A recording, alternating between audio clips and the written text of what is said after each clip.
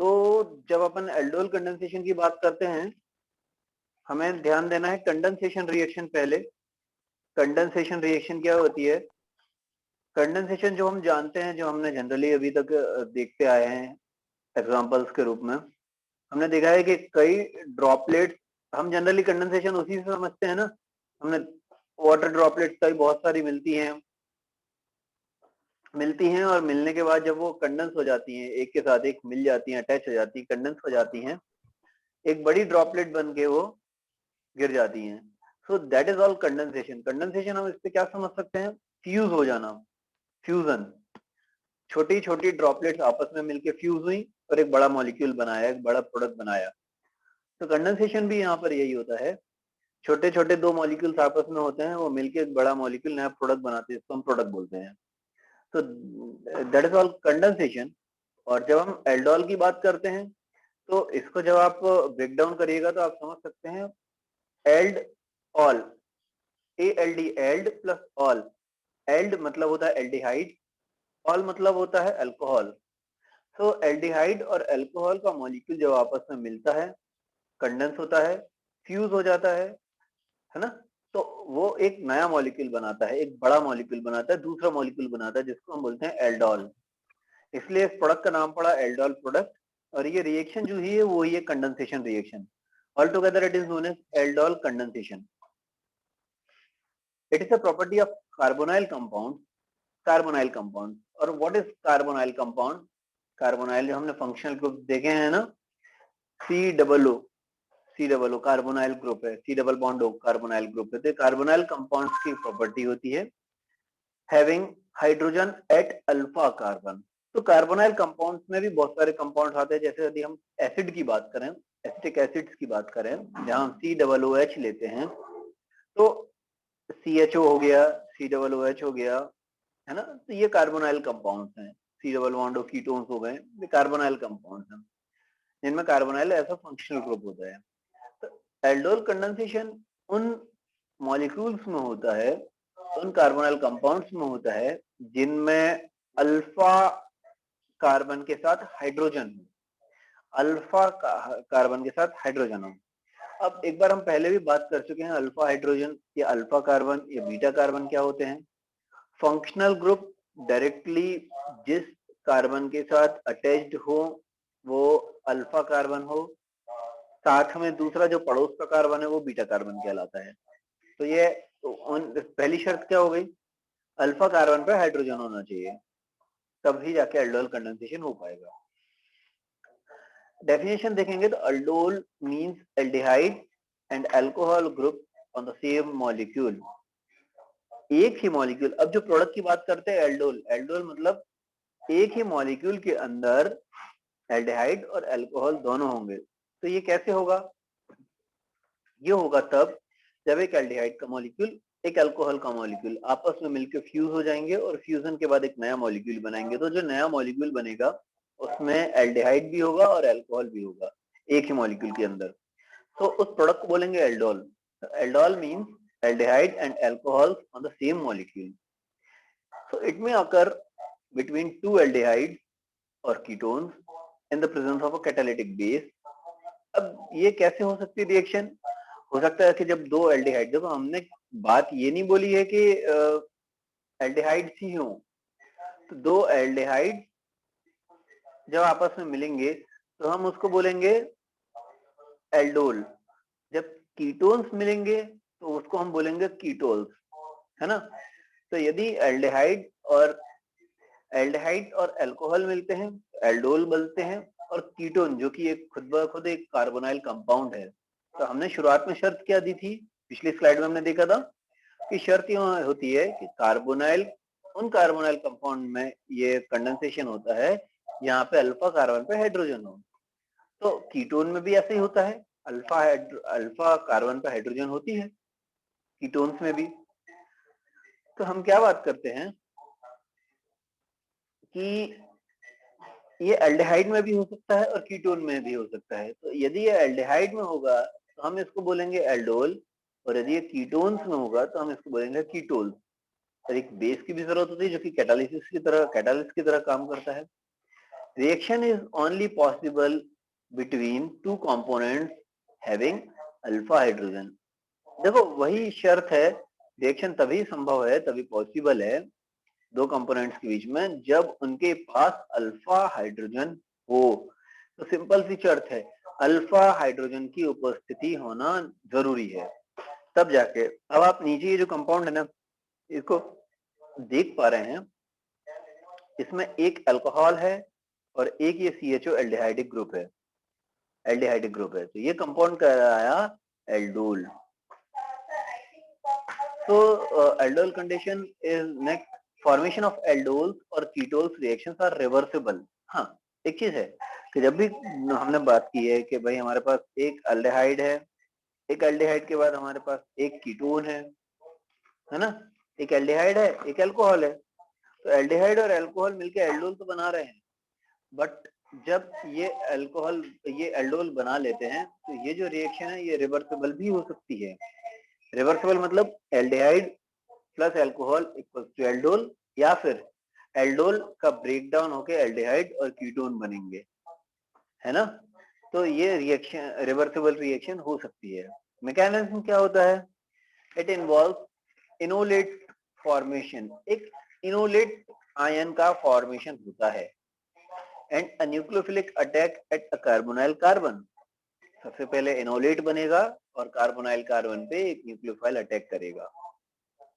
अब सवाल ये आता है कि इनोलेट क्या कहलाता है ना। तो ये आया enolate, ene double bond ate, enol, enol मतलब ऑक्सीजन के साथ डबल बॉन्ड, है ना, इन ऑल, इनॉल। इसको इनोलेट को समझिएगा, इनॉल एट। तो इनॉल मतलब double bond containing oxygen, OH, है ना, double bond as well as ol, alcohol. Ate, ate मतलब होता है ईस्टर, एक सॉर्ट ऑफ ईस्टर। तो ये एनोलेट का आयन हुआ। तो सबसे पहले एनोलेट बनते हैं, उसके बाद कार्बोनाइल कार्बन जो है उसको न्यूक्लियोफिलिक अटैक होता है। हम आगे समझेंगे रिएक्शन वाइज कैसे होता है ये। Aldehyde, aldols and ketols lose water in the presence of acid forming alpha beta unsaturated aldehyde, ये alpha beta unsaturated ketone and beta hydroxy aldehyde और कीटोन। अब एल्डोल कीटोल की यदि हम बात करें तो ये दिन की फर्दर रिएक्शन देखें तो ये आपस में देखिए, जैसे ये वाली रिएक्शन में आप देखेंगे तो यहाँ पे ये वाटर मॉलिक्यूल एक H और एक OH निकलता है, ये H और OH निकलता है, वाटर मॉलिक्यूल निकलते हैं एसिड की प्रेजेंस में। एसिड की प्रेजेंस क्यों जरूरी है? क्योंकि एसिड ही है जो कि हाइड्रोजन सप्लाई करता है। एसिड क्या होता है? एसिड वो मॉलिक्यूल होता है जो कि हाइड्रोजन डोनेट करता है। तो एसिड की प्रेजेंस में, एसिड की प्रेजेंस में एल्डोल या कीटोल वाटर मॉलिक्यूल को निकालते हैं, alpha hydroxy alpha beta unsaturated aldehyde या कीटोन बनाते हैं। अल्फा बीटा अनसैचुरेशन का क्या मतलब हुआ? अल्फा कार्बन या बीटा कार्बन पे अनसैचुरेशन रहेगा, मतलब डबल बॉन्ड आ जाएगा, ठीक है ना। तो अनसैचुरेटेड एल्डिहाइड या अनसैचुरेटेड कीटोन कहलाएंगे। अब एल्डोल कंडेंसेशन होता कैसा है ये देखते हैं। So aldehyde containing alpha hydrogen undergoes self-addition reaction in the presence of a base to form aldol. यदि हम एल्डोल की बात करें, यदि एक एल्डिहाइड और एक अल्कोहल को पास में लेके आ रहे हैं जिनके पास अल्फा हाइड्रोजन है, तो वो खुद ब खुद एडिशन रिएक्शन के अंदर चले जाते हैं और एल्डोल बनाते हैं। जैसे कि यदि हम बात करें, two molecules of acetaldehyde condense to form aldol. Acetaldehyde के दो मॉलिक्यूल यदि पास में लाए जाएं, एसिटाल्डिहाइड के दो मॉलिक्यूल यदि कंडेंस किए जाएं तो एक एल्डोल बनता है। एसिटाल्डिहाइड बोले तो CH3CHO, एसिड एल्डिहाइड CH3CHO। इसके दो मॉलिक्यूल यदि आपस में लाके कंडेंस किए जाएं तो थ्री हाइड्रोक्सी ब्यूटेनॉल बनता है जो कि एक एल्डोल प्रोडक्ट है। अब आप इधर देखिएगा, ऐसे समझिएगा, CH3CHO का एक मॉलिक्यूल है, ये CH3 CHO का दूसरा मॉलिक्यूल है। ये दोनों मॉलिक्यूल को जब पास में लाया जाएगा, ये बेस की प्रेजेंस में या what we can say nucleophile की प्रेजेंस में जब इसको पास में लाया जाएगा, ठीक है ना, एक वाटर मॉलिक्यूल का लॉस होगा, ये डबल बॉन्ड की शिफ्टिंग होगी, हाइड्रोजन ऑक्सीजन के साथ चला जाएगा, OH बन जाएगा, ठीक है ना, ये हाइड्रोजन OH बना लेगा, CH2 आके जुड़ जाएगा, एक हाइड्रोजन निकलेगा जो कि इस OH के साथ वाटर मॉलिक्यूल बनाएगा और ये आपस में जुड़ जाएंगे। क्या हमने समझा? हमने ये समझा कि जब दो एसिटाल्डिहाइड के मॉलिक्यूल आपस में पास में आएंगे तो यहाँ पे ये हाइड्रोजन जो है फर्स्ट एसिटाल्डिहाइड का, ये हाइड्रोजन शिफ्ट करके ऑक्सीजन के साथ पहुंचेगा, यहाँ पे अल्कोहल बना लेगा, दूसरा हाइड्रोजन जो निकलेगा वो इस बेस के OH के साथ मिलकर वाटर मॉलिक्यूल बनाएगा और CH2 आके इस वाले कार्बन से, पहले एसिटाल्डिहाइड के कार्बन से अटैच हो जाएगा। तो इसको हम बोलते हैं एसिटाल्डिहाइड का कंडेंसेशन, है ना। तो ये एक एल्डोल प्रोडक्ट बन गया, ये एक एल्डोल प्रोडक्ट बना है, ठीक है ना। ये एल्डोल प्रोडक्ट जो आप देख रहे हैं इसमें एक अल्कोहल भी है और एक एल्डिहाइड भी है। एल्डोल वही होता है जहां पे एक अल्कोहल और एक एल्डिहाइड हो जाता है तो वो एल्डोल कहलाने लगता है। अब इसका मैकेनिज्म समझते हैं। मैकेनिज्म क्या है? One carbonyl partner with an alpha hydrogen atom is converted by base into its enolate form. Carbonyl group का जो एक पार्टनर है जिसमें एक अल्फा हाइड्रोजन है, वो बेस से एनोलेट फॉर्म में कन्वर्ट किया जाता है। बेस से एनोलेट फॉर्म में कन्वर्ट किया जाता है। कैसे? जैसे ये बेस था OH, ये बेस है OH, ठीक है। ये OH इस हाइड्रोजन को, ये बेस इस हाइड्रोजन को अपनी तरफ खींचेगा, हाइड्रोजन अपने इलेक्ट्रॉन देके यहाँ बेस के पास निकल जाएगा और ये एक एनोलेट बन जाएगा। एनोलेट मतलब ये OH शिफ्टिंग हो गया, इनॉल और 8 ईस्टर फॉर्म बन गया, है ना। अब ये जो एनोलेट आयन है, ये जो एनोलेट आयन बना था पहली कंडीशन में, देखिए यहाँ से हाइड्रोजन निकला है और ये एनोलेट का आयन बना है। ये जो एनोलेट बना है ये nucleophile, this will act as a nucleophile and add to electrophilic carbonyl group of the दूसरा जो हमारा कार्बोनाइल ग्रुप है ना, दूसरा जो आयन है ना, उसके कार्बोनाइल ग्रुप से जाके ये इनोलेट का आयन अटैच हो जाएगा। H2O तो पहले ही निकल चुका है, H2O तो पिछली रिएक्शन में निकल चुका है। ये हाइड्रोजन निकला, H2O बनाया। अब जब ये हाइड्रोजन निकल के H2O बनाया तो ये वाला जो आयन बचा है, कार्बन बचा है, वो बन गया इनोलेट का कार्बन। और जो इनोलेट का कार्बन है, इन्होंने दूसरे वाले कार्बोनाइल कंपाउंड के साथ रिएक्ट किया और दूसरे वाले कार्बोनाइल कंपाउंड के साथ रिएक्ट करके इन्होंने एक कंपाउंड बना लिया जिसको हम बोलेंगे एल्डोल कंपाउंड, एल्डोल प्रोडक्ट, ठीक, जिसमें नए कार्बन कार्बन बॉन्ड बनते हैं। और लास्टली एक जो हमारा OH2 निकला था वो ऐड हो जाता है वापस से, resulting in neutral condensation product, जिससे एक कॉमन कंडेंसेशन प्रोडक्ट बन जाए, एक न्यूट्रल प्रोडक्ट बन जाए। ये इसका मैकेनिज्म है एल्डोल कंडेंसेशन का। तो ये ऑल टुगेदर एल्डोल कंडेंसेशन का मैकेनिज्म है और एल्डोल कंडेंसेशन की रिएक्शन है। आप इसको ब्रॉडली समझेंगे तो सिंपल सा है। जैसे हमारे पास CH3 था, देखिए ये CH3CHO एसिटाल्डिहाइड है, CH3CHO एसिटाल्डिहाइड है। इस एसिटाल्डिहाइड के केस में सबसे पहले OH जो था बेस की प्रेजेंस में होती है, बेस आया, बेस ने हाइड्रोजन को अपनी तरफ खींचा, हाइड्रोजन जो पीछे इलेक्ट्रॉन छोड़ के गया था वो इस कार्बन पे आ जाएंगे इलेक्ट्रॉन, हाइड्रोजन के इलेक्ट्रॉन, बॉन्ड शेयरिंग थी इसलिए कार्बन पे इलेक्ट्रॉन आ जाएंगे। तो ये वाला जो कंपाउंड बचेगा वो इनोलेट का कंपाउंड बनेगा, इनोलेट का कंपाउंड बनेगा, ठीक है। अब ये जो इनोलेट हमारा पहले कंडीशन में आया था, ये इनोलेट, ये वाला जो इनोलेट आया था, इसने हमारे CH3CHO के दूसरे कंपाउंड पे अटैक किया।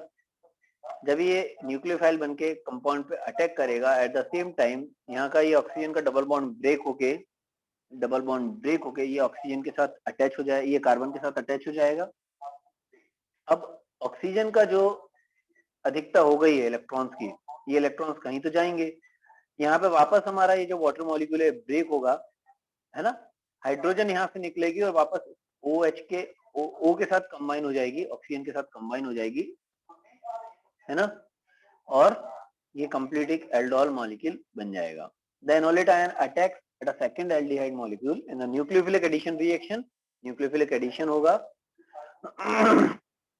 To give a tetrahedral, tetrahedral मतलब 4 हाइड्रोजन वाले टेट्राहेड्रल एल्कोक्साइड आयन इंटरमीडिएट, तो इंटरमीडिएट ये बना एल्कोक्साइड, जिसमें एल्केन के साथ एक ऑक्सीजन है ना, जो कि अभी वैलेंस नहीं है, एल्कोक्साइड बोलेंगे इसको हम, इंटरमीडिएट बना। इसमें जो हमारा वाटर मॉलिक्यूल से एक हाइड्रोजन है, ये निकल के यहाँ पे अटैच हो जाएगा इस एल्कोक्साइड प्रोडक्ट में और वापस से OH निकल आएगा, प्रोटोनेशन रिएक्शन इसको बोलेंगे। तो एल्डोल का पहला क्या स्टेप है, पहला स्टेप है बेस ने अटैक करना किसी एक आयन पे, हमारे किसी एक कार्बोनाइल कंपाउंड के आयन पे अटैक करना, एनोलेट को बनना, एनोलेट का देन अटैच हो जाना दूसरे कंपाउंड के साथ, एक एल्कोक्साइड बनाना, एक एल्कोक्साइड में प्रोटोनेशन के थ्रू एल्डोल प्रोडक्ट बन जाना और जो हमारा OH है वापस जैसा कैटालिस्ट की तरफ बाहर निकल आना। तो ये एल्डोल रिएक्शन और एल्डोल रिएक्शन का मैकेनिज्म है। अब एल्डोल में यदि हम देखें तो एल्डोल जो यदि प्रोडक्ट होते हैं वो जो हमने शुरुआत में बात की थी कि एल्डोल से एक वाटर मॉलिक्यूल निकलता है एसिड की प्रेजेंस में और अल्फा बीटा अनसैचुरेटेड एल्डिहाइड बन जाते हैं।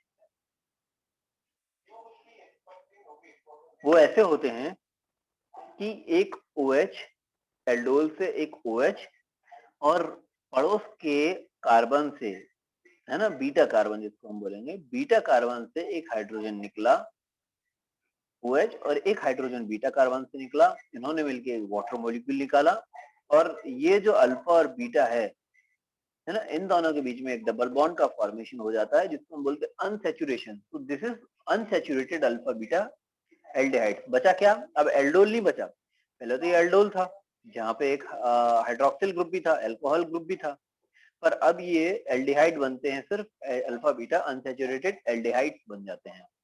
तो ये एल्डोल की रिएक्शन है, जिस कभी पूछ सकते हैं कि एल्डोल में जब रिएक्शन होता है और वाटर मॉलिक्यूल लॉस होता है तो अल्फा बीटा क्या बनते हैं, that is alpha beta unsaturated aldehyde बनते हैं।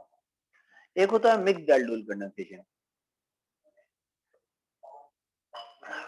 तो मिक्स्ड एल्डोल कंडेंसेशन क्या होता है, इफ टू डिफरेंट एल्डिहाइड, अभी तक तो हमने देखा कि जैसे दो एसिटाल्डिहाइड के मॉलिक्यूल कंडेंस हुए तो एल्डोल प्रोडक्ट बना, यदि दो डिफरेंट एल्डिहाइड कंडेंस होंगे the process is called as mixed aldol condensation. जैसे हमने यहाँ पे अच्छा एग्जांपल समझ रहे हैं, एक एरोमेटिक एल्डिहाइड है जिसको हम बोलेंगे बेंजील्डिहाइड और एक हमारा एलिफेटिक एल्डिहाइड जिसको हम बोलेंगे एसिटाल्डिहाइड। ये दोनों कंडेंस्ड होंगे तो बनेगा एक सिनेमेल्डिहाइड, है ना, बेंजील्डिहाइड जिसको हम बोलेंगे फिनोलिक, पीएच से दिखाते हैं बेंजील्डिहाइड, दैट इज C6H5 CHO बेंजील्डिहाइड, और एक हमारा एसिटाल्डिहाइड है CH3CHO, ये आपस में मिलेंगे वही बेरियम हाइड्रोक्साइड की प्रेजेंस में। बेरियम हाइड्रोक्साइड इसलिए लिया क्योंकि हमें हाइड्रोक्साइड ग्रुप चाहिए है एज अ न्यूक्लियोफाइल, तो OH ने अटैक किया, है ना, ऑल टुगेदर ये वाला प्रोडक्ट बनाया जिसमें एक अल्कोहल ग्रुप हो गया।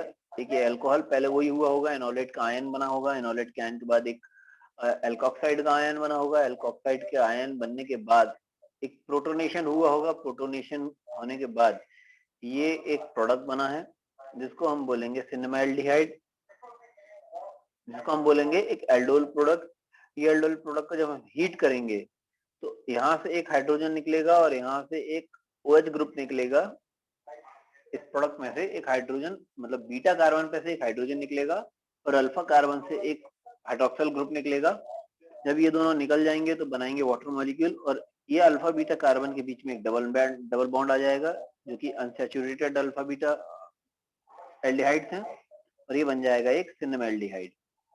तो ये अलग अलग यदि हम डिफरेंट देखें, मतलब व्हाट वी कैन से कि यदि हम डिफरेंट टाइप के एल्डिहाइड्स लेते हैं तो भी हमारे अल्फा बीटा अनसैचुरेटेड एसिड्स या एल्डोल प्रोडक्ट्स बनते हैं। ठीक, तो this is all about aldol condensation जो मैं आपको बताना चाह रहा था।